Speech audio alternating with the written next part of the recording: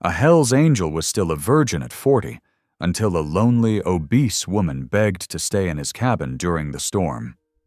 High in the frozen Montana mountains, an ex-biker lives alone with nothing but guilt, scars, and silence. He's done with people, and with love, until one desperate knock changes everything. She's soaked, shaking, and says she just needs a safe place to sleep. But as the storm traps them together, warmth returns to the cabin, and to a man who thought his heart was long dead. Then the radio crackles. A missing woman, an angry husband, and headlights cutting through the blizzard. Who is she really running from? And when his violent past comes pounding on the door, will he protect her? Or lose the only chance at love he's ever had? Drop a comment below and share which part of the world you're tuning in from today. If you enjoy stories like this, don't forget to subscribe for more. The December wind whistled through the cracks of Ryder Kane's mountain cabin, a lonely sound that matched the emptiness in his heart. Outside, heavy gray clouds hung low over the Montana peaks, threatening snow. Inside, the old wooden floors creaked under his boots as he moved through his morning routine. Ryder's scarred hands gripped the axe handle, his muscles flexing beneath faded tattoos as he stepped out to the chopping block. The cold bit at his face, the long scar on his cheek tingling in the frigid air. Each swing of the axe came with mechanical precision, the sound of splitting wood echoing across the silent mountainside. Thwack. The log split clean. Thwack. Another one done. The rhythm was familiar, comforting even. It helped quiet the memories that haunted him, memories of violence, of choices he couldn't undo. His long black hair, streaked with gray, whipped around his face in the bitter wind. He worked until his breath came out in heavy white clouds, the woodpile growing steadily larger. The physical labor helped keep the darkness at bay, gave his hands something useful to do instead of the harm they'd once caused. That's what his days were now, fixing engines for folks who didn't ask questions, chopping wood, keeping to himself. Simple. Safe. Lonely. As evening approached, Ryder carried the last armload of wood inside. The cabin's interior was sparse but functional. A worn couch, a small kitchen, and a fireplace that served as both heat and cooking source. On the bedside table sat his mother's Bible, untouched except for dusting. He looked at it sometimes, wondering if the peace others found in its pages would ever find him. The radio crackled with static as he turned it on, settling into his usual spot by the fire. "Severe weather warning for Mountain County," the announcer's voice cut through. "Blizzard conditions expected. All residents advised to stay indoors. Road closures likely." Ryder opened a can of beans, watching through the window as the first heavy flakes began to fall. The wind picked up, rattling, the cabin's old bones like it was trying to get in. Snow started piling against the doorframe, nature's own barricade keeping him isolated, just as he preferred. The flames danced in the fireplace as he ate straight from the can, a habit from his riding days that he never bothered to break. The storm grew fiercer, transforming the world outside into a swirling white void. The radio continued its warnings, but Ryder barely heard them over the howling wind. Then, cutting through the storm's fury, came a sound that made him freeze mid-bite. A cry, faint but unmistakable. Human. His first instinct was to ignore it. People meant complications, and complications meant pain. But there it was again, desperate and weak. Ryder set down his dinner, conflict written across his weathered features. The old him wouldn't have hesitated to help. The old him, before the violence and the guilt, would have already been out the door. But that man was gone, buried under years of regret and self-imposed exile. The cry came again, weaker this time. Cursing under his breath, Ryder grabbed his heavy coat and the old kerosene lantern he kept by the door. His hand hesitated on the door handle for just a moment before he pushed it open, letting in a blast of snow and bitter cold. The wind hit him like a physical blow, his breath freezing instantly in his beard. He held the lantern high, its weak light barely penetrating the whiteout conditions. The snow was already knee-deep and still coming down hard. "Hello?" he called out, his voice swallowed by the storm. "Anyone out there?" Moving carefully through the deep snow, Ryder made his way toward where he thought the sound had come from. The lantern light caught the nearby pine trees, their branches heavy with snow, creating eerie shadows in the darkness. That's when he saw it, a dark shape against the white ground near the tree line. As he drew closer, the shape resolved itself into a figure, crawling desperately through the snow toward his cabin. His heart pounded against his ribs as he realized someone's life quite literally hung in the balance. The storm raged around him as he stood there, the ex-outlaw who'd sworn to keep the world at arm's length, watching a stranger fight for survival at his doorstep. The figure moved weakly, barely making progress in the deep snow, but still trying, still fighting. Ryder didn't hesitate. He rushed forward, his boots crunching through the deep snow. The figure was small, curled against the cold. As he got closer, he could see it was a woman, her coat crusted with ice. She'd stopped moving. His heart hammered in his chest as he knelt beside her. She was breathing, but barely. Her skin felt like ice through his gloves. Without thinking, he scooped her up in his arms. She weighed more than he expected, but years of physical labor had kept him strong. Her head lolled against his chest as he carried her through the storm, his lantern swinging wildly from his grip.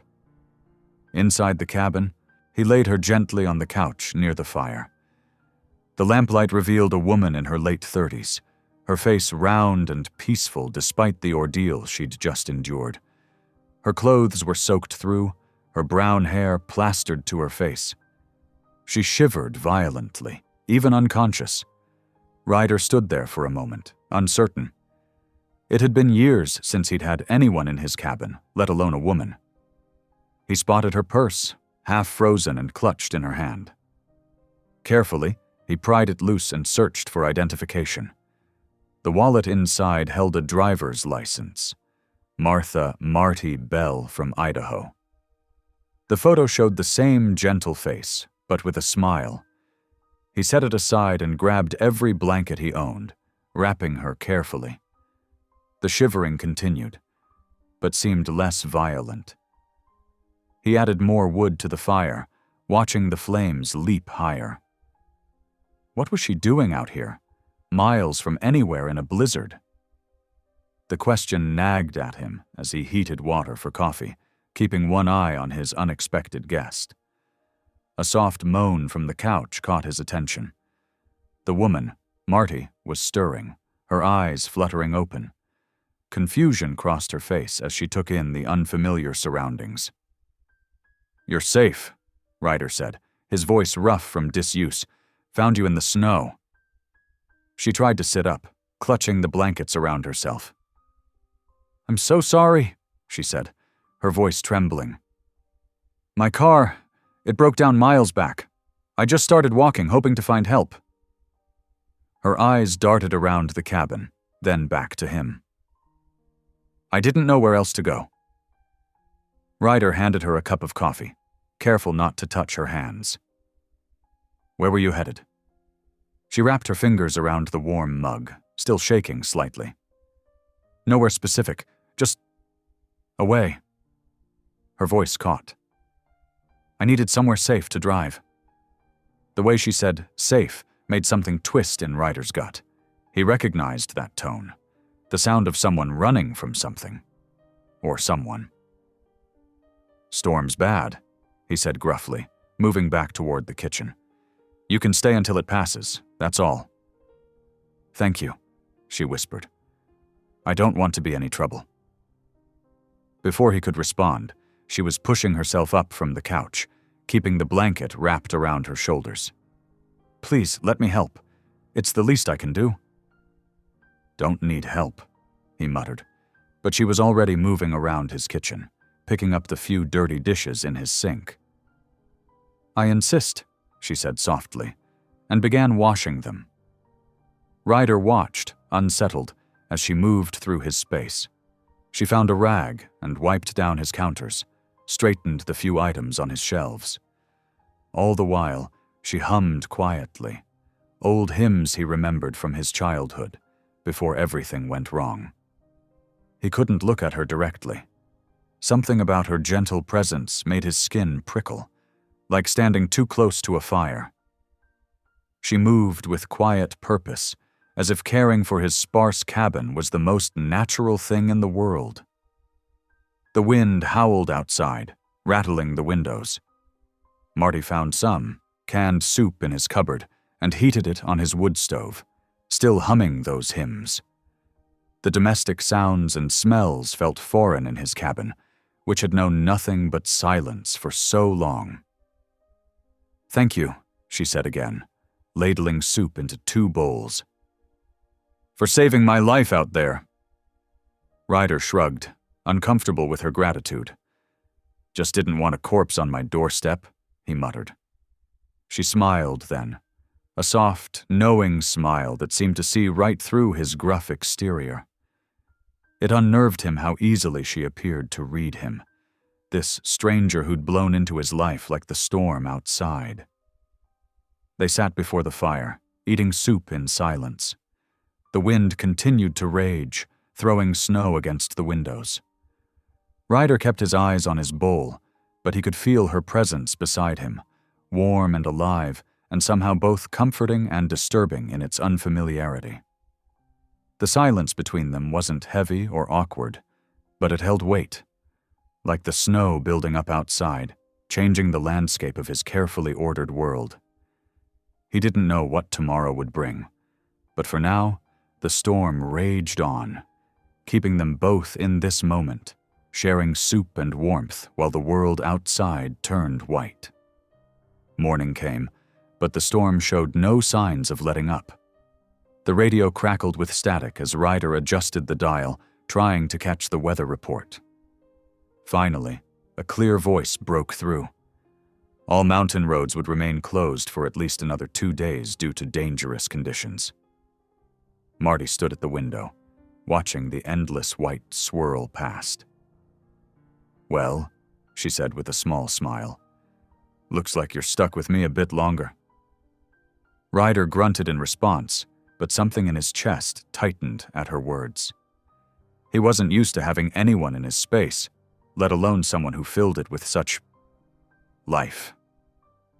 "You know," Marty said, opening his cabinets, "we could make something special with these." She pulled out flour, sugar, and some old canned peaches he'd forgotten about. "How about a cabin cobbler?" "A what?" "Cabin cobbler. My grandmother's recipe."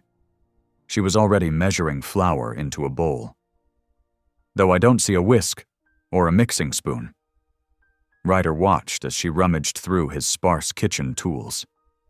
Without thinking, he reached for his toolbox and pulled out a clean wrench. Marty's eyes lit up with amusement. "Well, that's one way to do it." She took the wrench, laughing as she tried to stir the thick batter. "This might be the first cobbler ever mixed with auto tools." Her laughter filled the cabin, bouncing off the walls like sunlight. Ryder found himself watching her, really watching her. The way her eyes crinkled at the corners when she smiled. How she stuck her tongue out slightly when concentrating on the batter. The gentle sway of her body as she worked. The cabin seemed different with her in it. Warmer somehow, despite the howling wind outside. The usual gloom that hung in the corners had retreated, chased away by her humming and the sweet smell of baking peaches. As they sat down to eat that evening, the cobbler warming their bowls, Marty looked at him with those gentle eyes. "You know," she said softly, "you didn't have to save me." Ryder's jaw tightened. "Wasn't saving," he muttered, pushing the cobbler around in his bowl. Just doing what anyone would. No, she said. Not anyone would have gone out in that storm. She was quiet for a moment, then added, My ex-husband wouldn't have. Her voice grew smaller. He always said I was too big to be loved anyway. Something snapped inside Ryder. He stood abruptly, pacing in front of the fire like a caged animal. You think size keeps you unloved? The words burst from him like shrapnel. Try being a killer! The silence that followed was deafening. Marty sat very still, but she didn't look afraid. Just waiting. I was in a gang, he continued, the words rushing out now, unstoppable. Hell's Angels. Did things... terrible things. Spent 5 years in prison. He ran a hand through his long hair, streaked with gray. Since I got out, I haven't let another person close. Can't. Don't deserve it. His pacing slowed. When he spoke again, his voice was barely a whisper. I've never been with anyone. 40 years, and I don't even know what real love feels like. He waited for her to recoil, to show disgust or fear. Instead, her eyes filled with tears, not pity, but something deeper, something that looked like understanding. Then maybe, she said gently, you've been saving that heart for when it matters. The words hit him like a physical blow. He sank back down onto the couch, closer to her than before.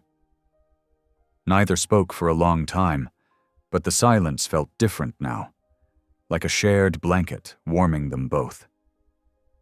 The fire crackled, sending shadows dancing across the walls. Outside, the storm continued its assault, but inside, something had shifted. The space between them felt smaller, filled with unspoken understanding and a comfort neither had expected to find. They sat there, watching the flames, two broken people who had somehow found shelter in more ways than one. The cobbler cooled forgotten on the table, but the warmth in the cabin had nothing to do with food or fire. Ryder could feel Marty's presence beside him, solid and real. For the first time in years, the weight of his past felt a little lighter. The silence that had been his only companion for so long now felt shared, peaceful, as if it too had been waiting for this moment. The cabin creaked under the weight of snow as midnight approached. Ryder watched Marty from his chair by the dying fire. She had fallen asleep on his worn couch, wrapped in the patchwork quilt his mother had made years ago. Her face looked peaceful in sleep, all the worry lines smoothed away, her breathing deep and steady. The generator's hum stuttered slightly, pulling his attention. He needed to check it. They couldn't risk losing heat in this weather. Grabbing his heavy coat, he cast one more glance at Marty's sleeping form before quietly opening the door. The bitter cold hit him like a physical blow. The snow had finally slowed to lazy flakes, but the temperature had plummeted. His boots crunched through the fresh powder as he made his way to the generator behind the cabin. The metal was ice cold against his fingers as he checked the fuel levels and connections. A crackle from his garage made him pause. He'd left the scanner on, force of habit from years of monitoring weather reports. But instead of the usual weather updates, a different voice cut through the static. Repeat, missing person alert for Martha Bell. Last seen driving a blue sedan, now abandoned near Route 68. Any information? Ryder's whole body tensed. The words seemed to echo in the frozen air around him. Martha Bell. Marty. His eyes tracked back to the cabin window, where he could see her still sleeping on his couch. What was she running from? His mind raced through possibilities. She'd mentioned an ex-husband, but this was an official alert. Law enforcement involvement meant something more serious. The old familiar weight of suspicion settled in his gut. A flash of light in the distance caught his eye. Headlights moving with purpose through the snow, too steady for a rescue vehicle navigating treacherous conditions. too deliberate. His instincts, honed by years on the wrong side of the law, screamed danger. Moving silently, he extinguished his lantern. The darkness enveloped him as he watched the approaching lights. They stopped halfway up the slope, holding position for a long moment before blinking out. The silence that followed was heavy with threat. His mind worked through scenarios as he made his way back to the cabin. Someone was searching. Someone who knew these roads well enough to drive them in a blizzard. Someone who might not have Marty's best interests at heart. Inside, he locked the door with exaggerated care, not wanting to wake her. His shotgun stood in its usual corner. He checked it methodically, an old routine that helped calm his racing thoughts. The weight of it was familiar in his hands as he settled into a chair at the kitchen table, positioning himself where he could see both the door and windows. The hours crawled by. Every creak of settling wood, every whistle of wind made his fingers tighten on the shotgun, but no one came. The night remained still, except for the soft sound of Marty's breathing and the occasional pop from the dying fire. He stayed awake, watching. Part of him wanted to wake her, demand answers. But another part, the part that remembered her gentle acceptance of his own dark confession, held him back. Everyone had their reasons for running. He knew that better than most. Dawn crept in slowly, painting the snow outside in shades of pink and gold. Marty stirred as the first real light filtered through the windows. She sat up, blinking sleep from her eyes, then went still when she saw him at the table. Her gaze took in his exhausted posture, the shotgun across his lap, the tension in his jaw. Understanding dawned in her eyes. "You think I'm hiding something?" she said softly. It wasn't a question. Ryder met her gaze steadily, waiting. A small, sad smile touched her lips. "You're right," she added. "I am." The words hung in the air between them, heavy with unspoken truths. Outside, the sun continued to rise over the snow-covered mountains, casting long shadows across the pristine white landscape. Inside, they remained frozen in this moment of revelation, each waiting to see what the other would do next. The silence stretched out, filled with questions neither was ready to ask. The fire had died completely now, leaving only cold ashes in the grate. Somewhere in the distance, a crow called out, its harsh cry cutting through the morning stillness like a warning. The morning sun struggled through the fogged windows, casting weak shadows across the cabin floor. Marty sat in the worn armchair by the freshly stoked fire, her hands wrapped tightly around a steaming mug of coffee. The warmth seemed to give her strength as she began to speak. "His name is Rick Bell," she said softly, her eyes fixed on the dancing flames. "He was charming at first, the kind of man who could talk anyone into anything. A contractor in our small town, everyone trusted him, respected him."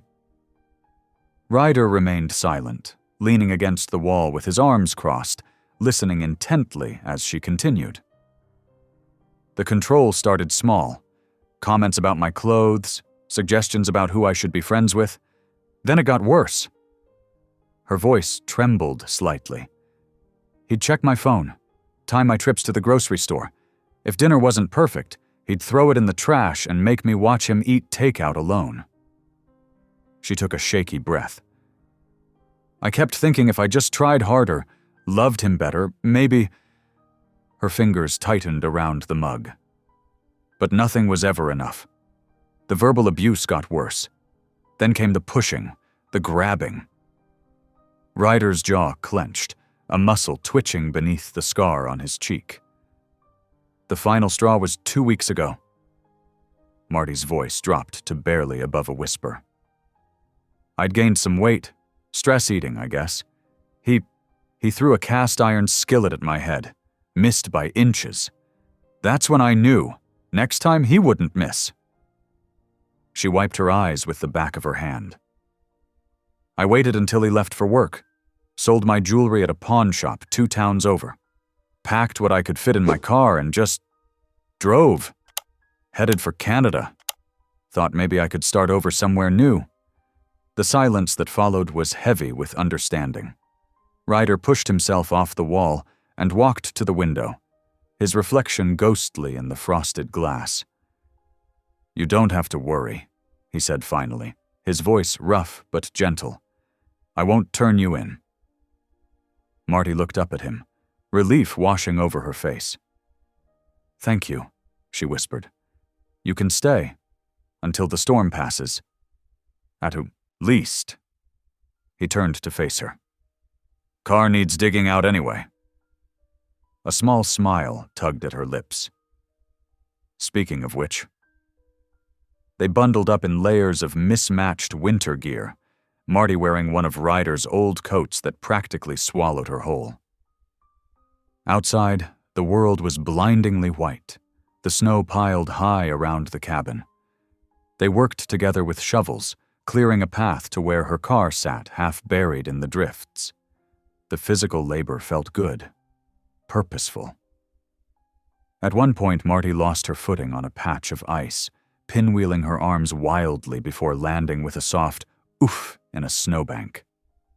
Ryder reached down to help her up, and to both their surprise, a small laugh escaped her. The sound seemed to startle him, but then his lips twitched in what might have been the ghost of a smile. Soon they were both chuckling, the sound awkward and rusty, but real. As the afternoon faded into evening, they retreated back inside, their cheeks red from the cold and exertion. The fire welcomed them with its warmth, and they settled into what was becoming a comfortable routine, Marty making coffee while Ryder added logs to the flames. Later, as they sat before the fire, Marty noticed Ryder absently rubbing at one of the old scars on his arm. Do you have any antiseptic? She asked quietly. He looked at her questioningly but nodded toward the bathroom. She returned with a first aid kit and settled beside him. May I? She asked, holding up the antiseptic wipes. Ryder hesitated, then gave a short nod. With gentle hands, she began cleaning the old scars, some from fights, others from his time inside. He sat rigidly at first, but gradually began to relax under her careful ministrations.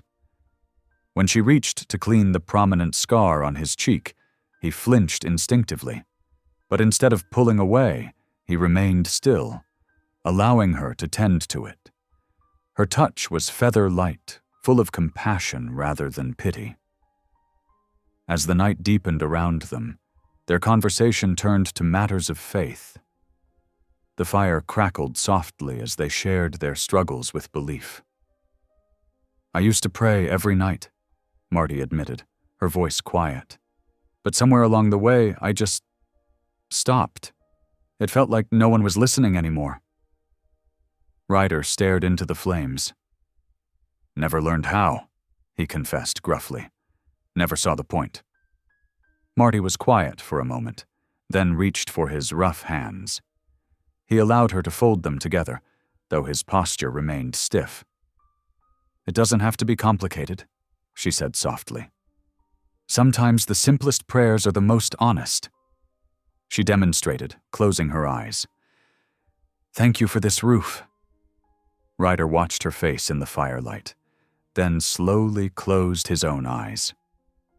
Thank you for this roof, he repeated, the words coming out awkward and uncertain.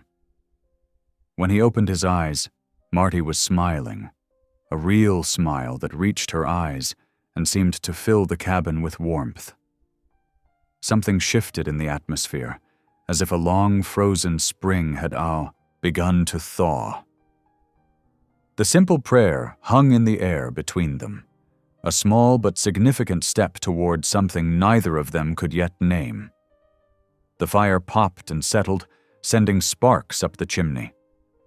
Outside, the wind had died down to a gentle whisper, and the first stars were becoming visible through breaks in the clouds. Inside the cabin, for the first time in years, Grace had found its way back in, not with grand gestures or dramatic revelations, but with the quiet power of simple kindness and shared understanding. The storm had lost its fierce edge, but snow still drifted down in lazy spirals outside the cabin windows. Inside, morning light filtered through the frost-covered glass, casting soft shadows across the wooden floors. Marty stood at the kitchen counter, humming Amazing Grace while she inventoried their dwindling supplies. "We've got 3 cans of beans, some flour, and—" She rummaged through the cupboard. "Oh, a forgotten can of corn." Ryder looked up from where he was stoking the fire. "Ain't much of a cook, usually just heat things up." "Well, today you're getting a proper meal," Marty declared, pulling out a mixing bowl. "Even if I have to work miracles with what we've got." She continued humming as she worked, the melody filling the cabin with a warmth that had nothing to do with the fire. Ryder found himself pausing in his tasks just to listen, though he quickly looked away whenever she glanced in his direction. Later that morning, Ryder led Marty to the generator shed. "Needs checking twice a day," he explained, demonstrating how to prime the fuel line. "Turn this valve quarter-turn right, then pull the cord hard." Marty wrapped her hand around the starter cord, giving it a determined yank. The generator sputtered but didn't catch. Ryder stepped closer, his large hand covering hers. "Like this," he said quietly, helping her pull with the right rhythm. The generator roared to life, and Marty beamed with pride. "Not bad, Miss Bell," he said, the nickname slipping out naturally. She raised an eyebrow, grinning. "Miss Bell, is it? Well, if I'm the boss of the kitchen, you better believe I'm going to put you to work." They spent the afternoon gathering and chopping wood, Ryder showing her the proper technique. "Aim for the grain," he instructed. "Let the weight of the axe do the work." Marty's first few attempts went wide, but she soon found her rhythm. "You're a good teacher," she said between swings. "You're a quick study," he replied, watching her split a log cleanly in 2. As dusk approached, they turned their attention to Marty's car. Ryder pulled out his tools and showed her how to check the battery connections. "Corrosion here," he pointed out. "Probably why it died on you." "Among other reasons," Marty muttered, thinking of her hasty escape. They worked side by side, cleaning the terminals and testing the voltage. Ryder explained each step patiently, and Marty absorbed every word, asking questions that showed genuine interest. Her eagerness to learn seemed to please him, though he tried to hide it. Back in the cabin, Marty transformed their meager supplies into a surprisingly tasty meal. She'd combined the corn with the last of the flour to make fritters, seasoned with herbs she'd found in the back of Ryder's cupboard.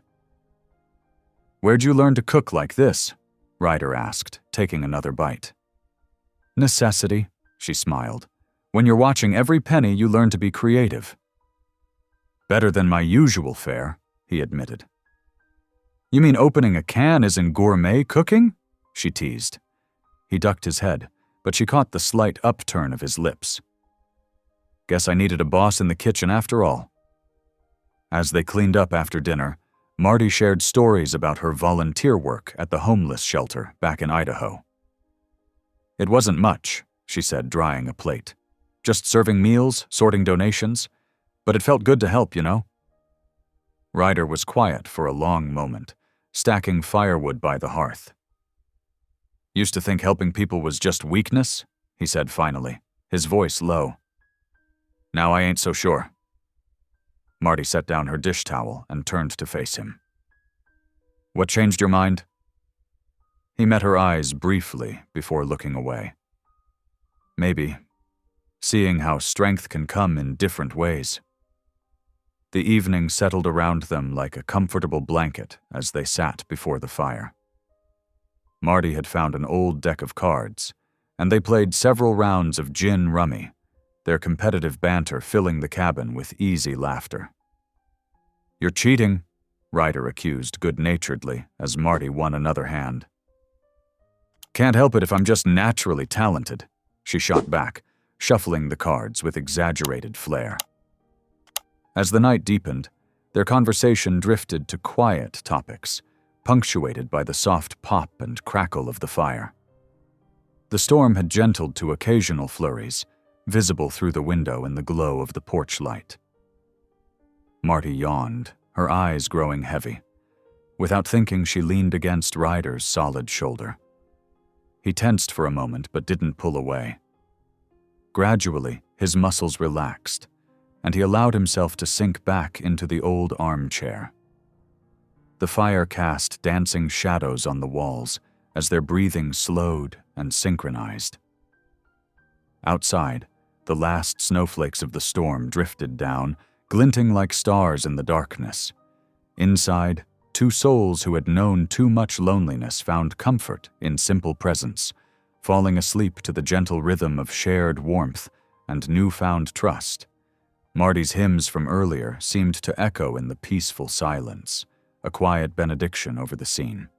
Two people who had expected to face the storm alone, now finding shelter in each other's company.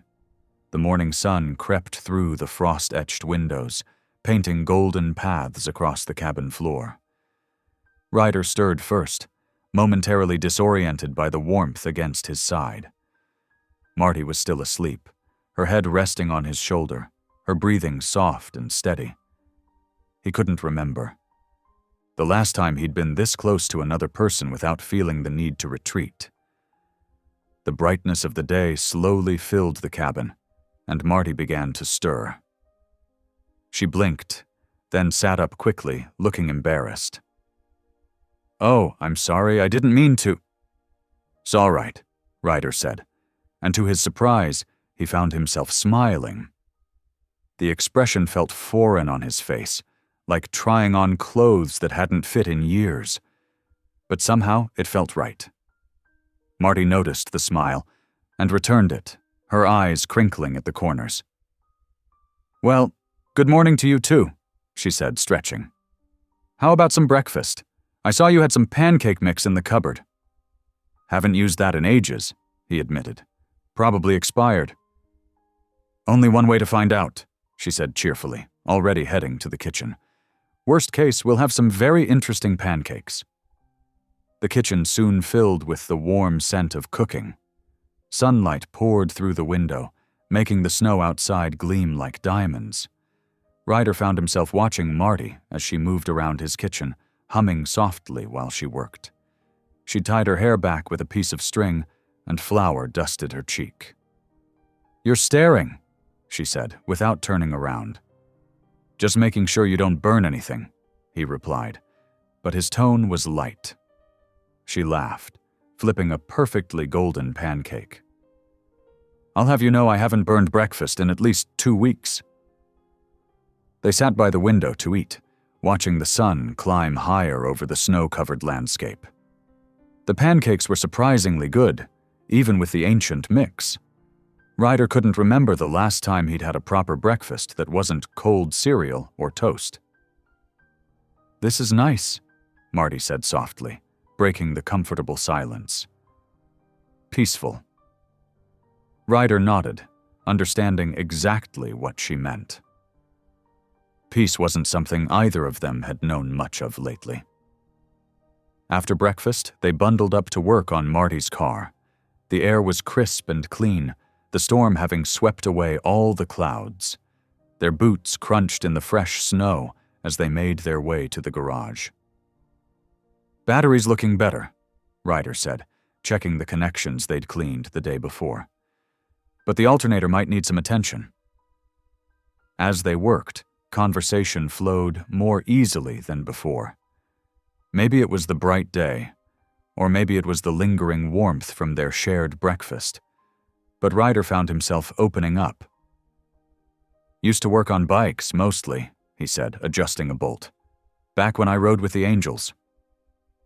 He waited for the usual reaction, the fear, the judgment, the subtle pulling away. But Marty just handed him another wrench, her expression unchanged. Hell's Angels? She asked quietly. Yeah, he said, bracing himself. Did a lot of things I ain't proud of. Marty was quiet for a moment, wiping her hands on a rag. Then she said softly, Everyone has a past. It's who you are now that counts. The simple acceptance in her words hit him harder than any condemnation could have. He had to turn away, pretending to focus on the engine while he composed himself. They worked through the afternoon, taking breaks to warm up inside. By the time evening approached, the car was running smoothly again, but neither of them mentioned her leaving. As twilight settled over the mountains, Marty pointed to the sky. Look! The first hints of the aurora borealis were beginning to appear, pale green ribbons dancing against the darkening blue. Without discussion, they grabbed blankets and settled onto the old bench on the porch. The temperature had dropped, but the air was still. They sat close together, sharing warmth. The northern lights grew stronger, shimmering in waves of green and purple. It's beautiful, Marty whispered, not wanting to break the spell of the moment. Their hands rested side by side on the bench between them. When Marty's pinky finger brushed against his, Ryder didn't pull away. Instead, he let his hand stay there, touching hers, in this small point of connection that somehow felt more significant than any words they could have spoken. The aurora continued its silent dance above them, and the mountain stood dark and steady against the star-filled sky. It was a moment that felt sacred somehow, filled with possibilities neither of them was ready to name. After a long while, Marty spoke, her voice barely above a whisper. I think this storm was meant to save us both. Ryder looked at their hands, still touching on the bench, then up at the lights painting the sky in ethereal colors. For once, he didn't argue with the idea of divine intervention. Maybe some storms really were sent for reasons beyond simple weather patterns. Maybe some people really were meant to find each other in the midst of their personal blizzards. He didn't say any of this out loud, but he let his finger curl slightly around hers, acknowledging the truth in her words with this small gesture of trust. Above them, the aurora continued its ancient dance, blessing their quiet moment of connection with its otherworldly light. The peaceful moment shattered like glass. Headlights suddenly pierced the darkness, sweeping across the snow-covered ground as a truck wound its way up the mountain road. Ryder felt it immediately, that old, familiar chill that had kept him alive during his darker days. His body tensed, recognizing danger before his mind could process it. Get inside, he said quietly to Marty, who had stiffened beside him. The truck's engine grew louder, echoing off the mountainside. It was moving with purpose, someone who knew where they were going. As the vehicle drew closer, Ryder could make out its shape, a newer model pickup, too clean for these back roads. The truck stopped in a spray of gravel and snow.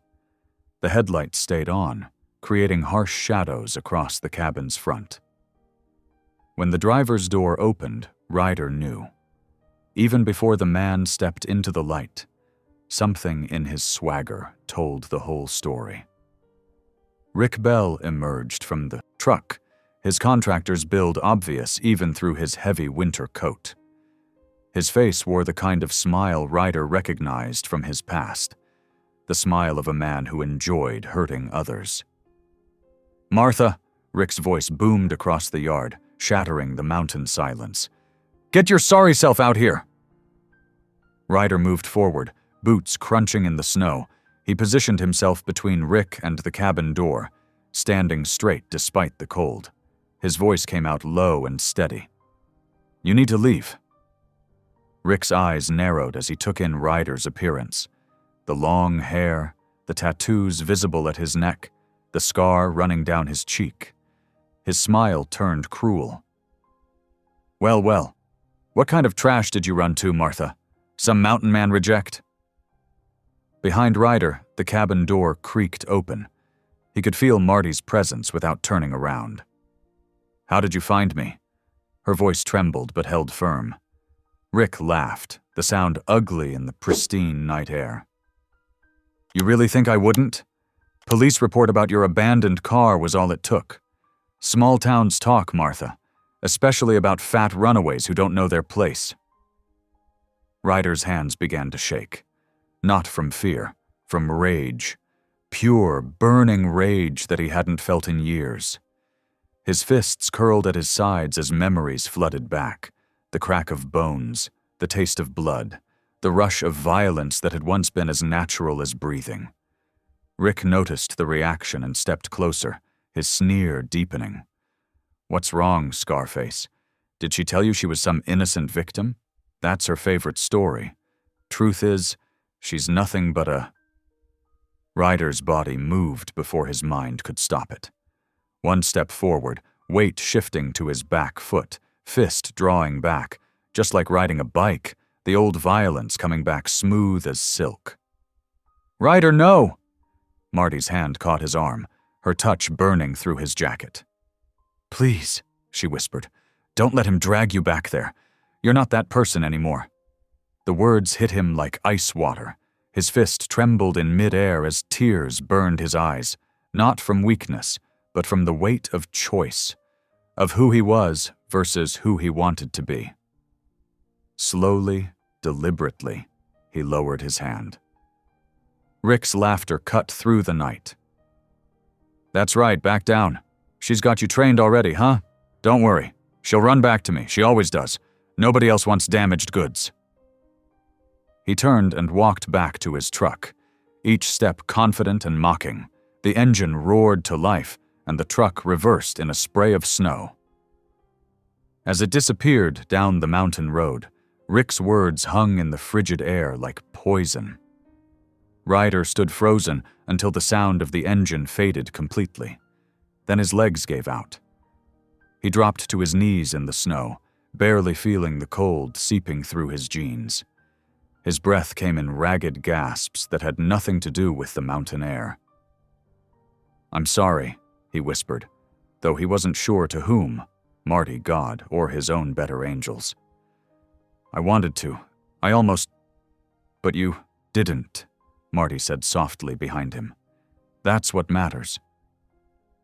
Ryder closed his eyes, feeling the tears freeze on his cheeks. For the first time since he was a child, words rose unbidden to his lips. Not a formal prayer, not the kind Marty had taught him, but a raw plea from his soul. "Please," he whispered into the night, "give me strength, not to fight, to stay good, to be better than what I was." The stars continued their silent watch overhead, and somewhere in the distance, an owl called, a lonely sound that echoed the ache in his heart. But as he knelt there in the snow, something shifted inside him. It wasn't peace, exactly, but maybe it was the beginning of grace. The morning sun cast long shadows across the cabin floor, but its warmth couldn't touch the chill that had settled in Ryder's chest. He stood at the window, watching frost patterns dance across the glass, each breath feeling heavier than the last. The clock on the wall ticked with merciless precision, counting down moments he didn't want to end. Behind him, soft footsteps padded across the wooden floors. Marty moved through the cabin, gathering her few belongings, each rustle of fabric like sandpaper on his nerves. Her old duffel bag sat by the door. A simple thing, worn at the edges, just like its owner's spirit. "You don't have to go," Ryder said, his voice rougher than usual. The words scraped his throat like gravel. Marty paused, holding one of his borrowed flannel shirts. She folded it with careful precision, smoothing each wrinkle as if trying to press memories into its fibers. "Rick knows where I am now. I can't bring that kind of trouble to your door, Ryder. You've done too much for me already." "Trouble's an old friend of mine." He tried to make it sound light, but the words came out bitter.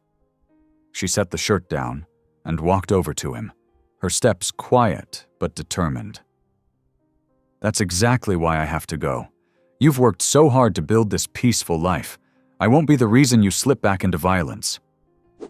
Ryder's fists clenched at his sides. "I wouldn't. You almost did." Her voice was gentle, free of accusation. "I saw it in your eyes last night. The way you looked at Rick. That wasn't the man who's been sharing soup and stories with me these past days." The truth of her words stung worse than any punch he'd ever taken. Ryder turned away, focusing on the snow-covered mountains beyond the window. Their stark beauty seemed to mock him now. Pure and untouchable, everything he wasn't. "I should help you pack the car," he muttered, but couldn't make himself move. Marty continued gathering her things, each movement deliberate and careful. She packed away the few clothes she'd arrived in, now clean and dried by his fire. The Bible she'd been reading, his Bible, really, though he'd never opened it before her, she left on the table. The silence grew thicker, broken only by the crackle of the dying fire and the soft thud of items being packed away. Ryder watched her, reflection in the window glass, memorizing the way she moved, the gentle curve of her neck as she bent to pick up her shoes. Finally, when the bag was full and zipped, she straightened and looked at him. "I need to thank you, Ryder. For everything." He shook his head, still not turning. "Don't. I'm not." His voice caught. "You deserve better than a man who used to break bones for money. Someone whose hands know more about causing pain than giving comfort." Her footsteps approached, and then her hand was on his arm, turning him gently but firmly to face her. "Look at me, Ryder Kane." He tried to resist but found himself meeting her eyes, eyes that held no fear, no judgment, just a warmth that made his chest ache. "These hands," she said, taking his large, scarred hands in her smaller ones, "saved my life in that storm. They chopped wood to keep me warm, fixed my car, shared food with me. They're good hands now, Ryder. You're already better than you think." She reached up and touched his cheek, her fingers tracing the scar that had made so many others flinch away. But her touch held only tenderness. "You're already better," she repeated softly. Ryder closed his eyes, leaning slightly into her touch before he could stop himself. For a moment, just one moment, he let himself feel the connection, the possibility of what might have been if he were a different man with a different past. Then he stepped back, picking up her bag before she could protest. "Let me help you to the car." The walk across the snowy yard felt endless. Their boots crunched in perfect sync, leaving parallel tracks in the fresh powder. At her car, now running smoothly thanks to his repairs, he loaded her bag into the trunk while she slid into the driver's seat. She rolled down the window, looking up at him with eyes that seemed to hold unshed tears. "Thank you for showing me what kindness looks like again." Ryder's throat tightened. He managed a nod, stepping back as she put the car in gear. The engine hummed softly, a sound he'd fixed, a sound that would carry her away from him. She drove slowly down the mountain road, the blue sedan moving like a wound through the white landscape. Ryder stood in the yard long after the car disappeared through the trees, until his feet went numb from the cold and his eyes burned from staring at the empty road. Back inside, the cabin felt wrong. Too big, too empty, too quiet. Her presence had filled corners he hadn't even known were dark. Now shadows crept back in, bringing with them the weight of solitude he'd once called peace. He picked up her teacup from the table, the one she'd used every morning, its rim still bearing a faint trace of her lipstick.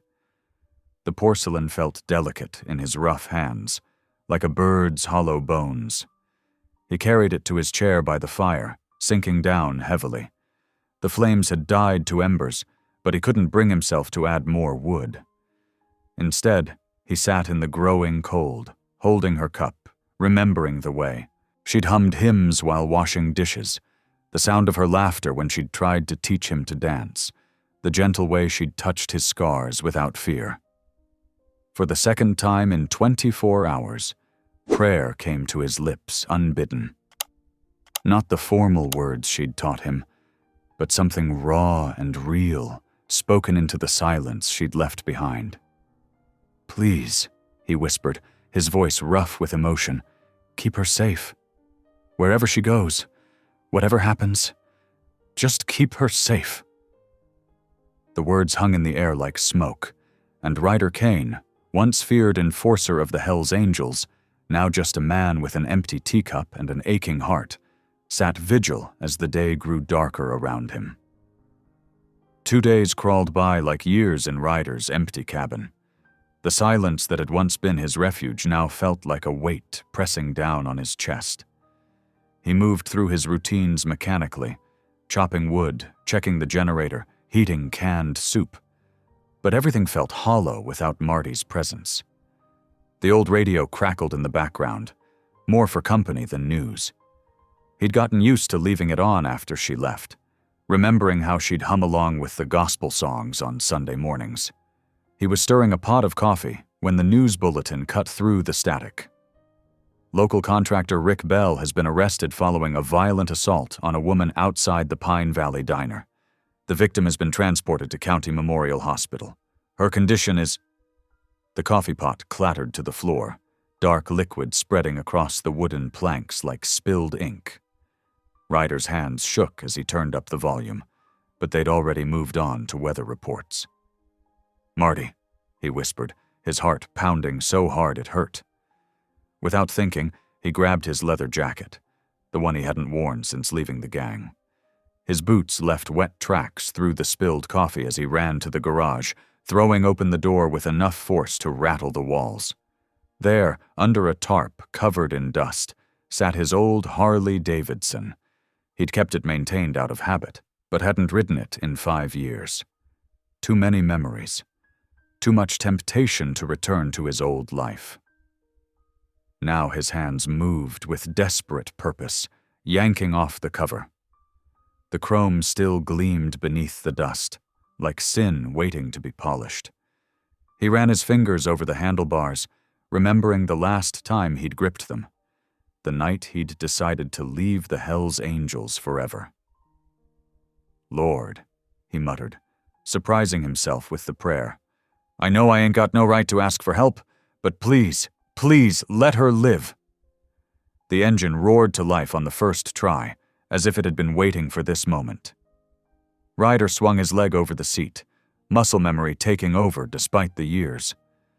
The familiar rumble beneath him felt like greeting an old friend, one that had led him into trouble more times than he could count. The temperature had dropped below freezing, and patches of black ice dotted the mountain road.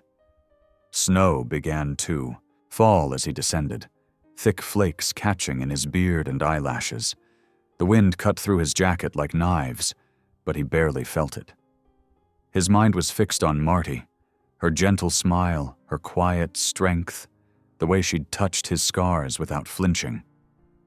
"Please let her live," became his mantra, whispered into the howling wind with each treacherous turn. The bike slipped more than once on the icy curves, but Ryder's old skills kept him upright. He leaned into the corners like he was 20 years younger, pushing the machine to its limits. The 30-mile ride to town felt endless. By the time the hospital's lights appeared through the snow, Ryder was shaking from cold and fear. He barely remembered parking the bike or walking through the emergency room doors. His boots left melting snow on the linoleum floors, and his appearance, tall, scarred, covered in road grime, drew stares from the staff and waiting patients. A young nurse at the desk looked up at him warily. "Can I help you?" "Martha Bell," he said, his voice rough from the cold. "She was brought in, assault victim." The nurse's expression softened slightly at the pain in his voice. She checked her computer. "Room 315. But sir, visiting hours..." Ryder was already moving towards the elevator, his heart thundering in his chest. The ride to the third floor gave him too much time to think. What if she was badly hurt? What if she blamed him for not protecting her? What if she didn't want to see him at all? The elevator doors opened to a quiet hallway. Room 315 loomed ahead, its door partially closed. Ryder stopped outside, his hand frozen on the frame. Through the gap, he could see the foot of a hospital bed, hear the steady beep of monitors. For a moment, he considered turning back. He was an ex-con, a former enforcer, a man whose hands had caused more pain than comfort. What right did he have to be here? But then he remembered her words from 2 days ago. "You're already better." Taking a deep breath, he pushed the door open. Marty lay in the hospital bed, looking small against the white sheets. An IV dripped steadily into her arm, and a purple bruise darkened one cheek. But her eyes, those eyes that had seen through his walls from the first day, were clear and bright as they met his. "I prayed you'd come," she whispered, her voice thick with emotion. The words hit him like a physical blow. 3 long strides brought him to her bedside. He wanted to touch her, to assure himself she was real and alive, but his hands hovered uselessly at his sides. Marty reached out and caught his trembling fingers in hers. "You're freezing," she said softly. "Did you ride that motorcycle I saw in your garage?" Ryder nodded, unable to speak past the lump in his throat. "In this weather?" A ghost of her familiar smile touched her lips. "That was either very brave or very foolish." "Had to come," he managed. "Heard about Rick on the radio. I thought—" His voice broke. "I thought I'd lost you." Tears welled in her eyes. "He found me at the diner. Said if I wouldn't come back, he'd make sure no one else would want me." She touched her bruised cheek gently. "But something was different this time. I wasn't afraid anymore. I looked him in the eye and said, 'I know what real kindness looks like now.'" Ryder's hands tightened around hers. "Did he?" "The diner owner called the police," she assured him. "They got there before—" She swallowed hard. "Before it got worse, Rick's in jail now. They're charging him with assault and violating the restraining order I filed last year." Relief made Ryder's knees weak. He sank into the chair beside her bed, still holding her hand like a lifeline. "You rode 30 miles through a snowstorm," Marty said softly. "On a motorcycle you swore never to ride again, just to make sure I was okay?" "Would have rode 300, he said gruffly. "Would have rode 1,000. Fresh tears spilled down her cheeks. "Why?" Ryder looked down at their joined hands, his large and scarred, hers soft and trusting. "Because you showed me that broken things can be fixed, that old engines can run clean again, that even someone like me might deserve—" He trailed off, unable to finish. "Deserve what?" she prompted gently. He lifted his eyes to hers. A second chance at grace. Overcome with emotion, Ryder's legs gave way. He sank to his knees beside Marty's hospital bed, his large frame shaking with silent sobs. Tears carved paths down his weathered cheeks, past the scar that had for so long marked him as dangerous, unwanted, beyond redemption. "I should have protected you," he choked out, his voice raw. "Should have known he'd find you. Should have—" "Shh," Marty soothed, reaching out to touch his wet cheek. The gesture was so gentle it made him cry harder. "I've done such terrible things," he confessed, the words spilling out like a dam breaking. "Things that wake me up at night. Things I can't take back." His hands trembled as he spoke. "Used to think God couldn't possibly forgive someone like me. That's why I never opened that Bible by my bed. Felt like I didn't deserve to even touch it." Marty's fingers found his, intertwining them despite the calluses and old scars that marked his skin. And now? Now? He drew a shaky breath. Now I'm terrified. Not of Rick or fighting or dying. I'm terrified of caring about someone, of hoping, of believing I might deserve. He swallowed hard. Deserve love. Oh, Ryder. Tears welled in her eyes. Maybe God's forgiveness isn't something we earn. Maybe it's something we accept. He looked up at her, confusion etched on his face. Think about it, she continued softly. My car breaking down in that exact spot. The storm forcing me to your door. You choosing that moment to check outside. A small smile touched her lips. Maybe he already forgave you long ago. Maybe that's why he sent me into that storm. The words hit him like a physical force. Could it be true? Could all of it, the blizzard, her arrival, these past few days, be more than just chance?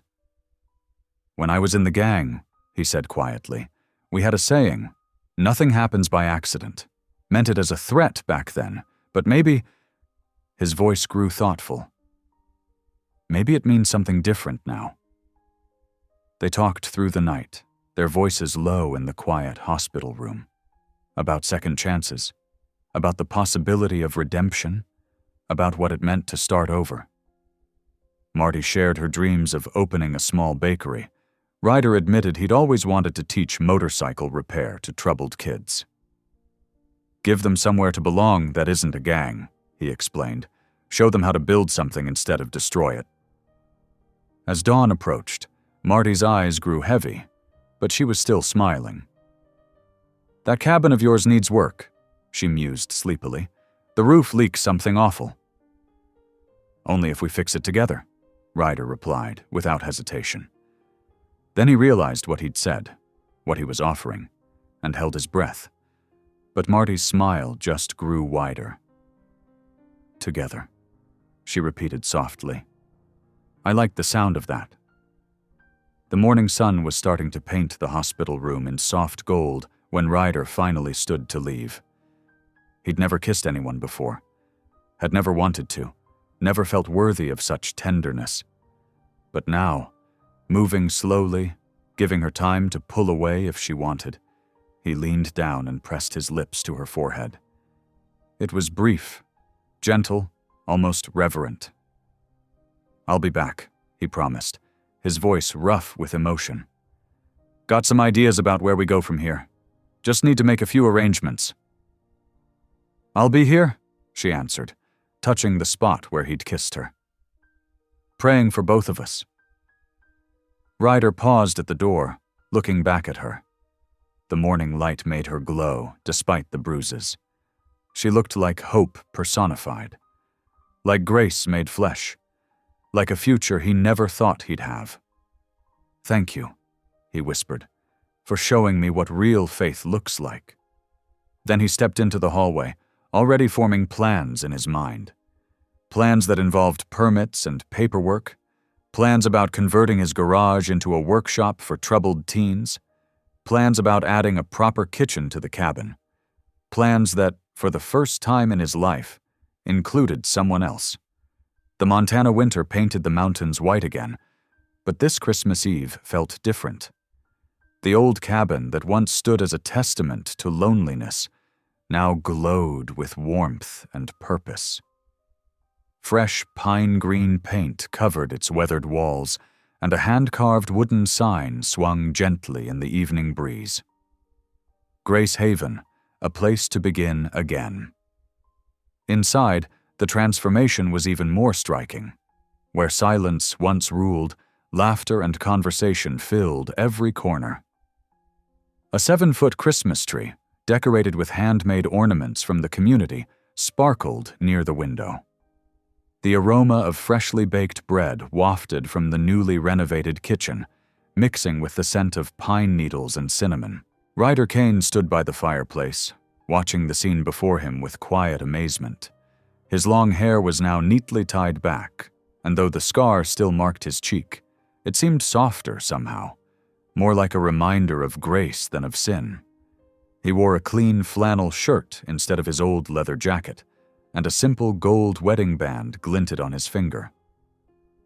More coffee, everyone? Marty's voice rang out as she moved through the room with a pot in hand. She wore a flour-dusted apron over her Christmas sweater, her face flushed from the kitchen's warmth. Several heads nodded eagerly.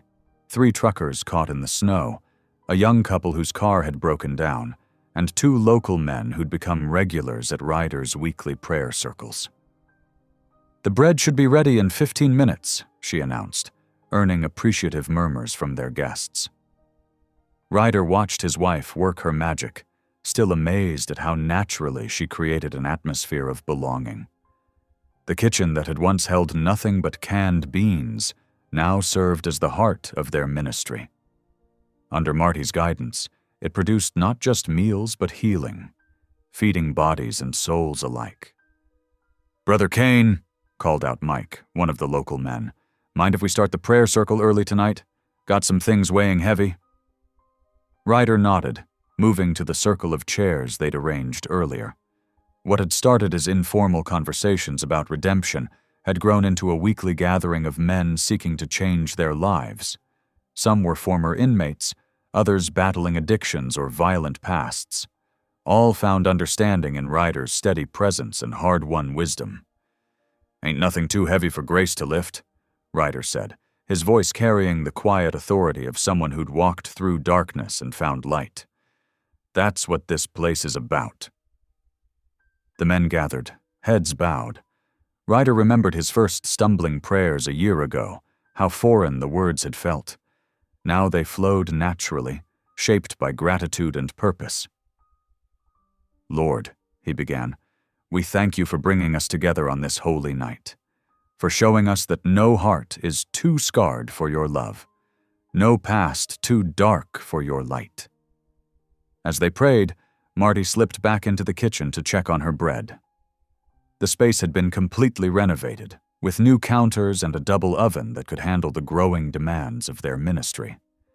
She smiled at the pile of recipe cards in her Grace Haven cookbook, each one representing a story of connection and healing.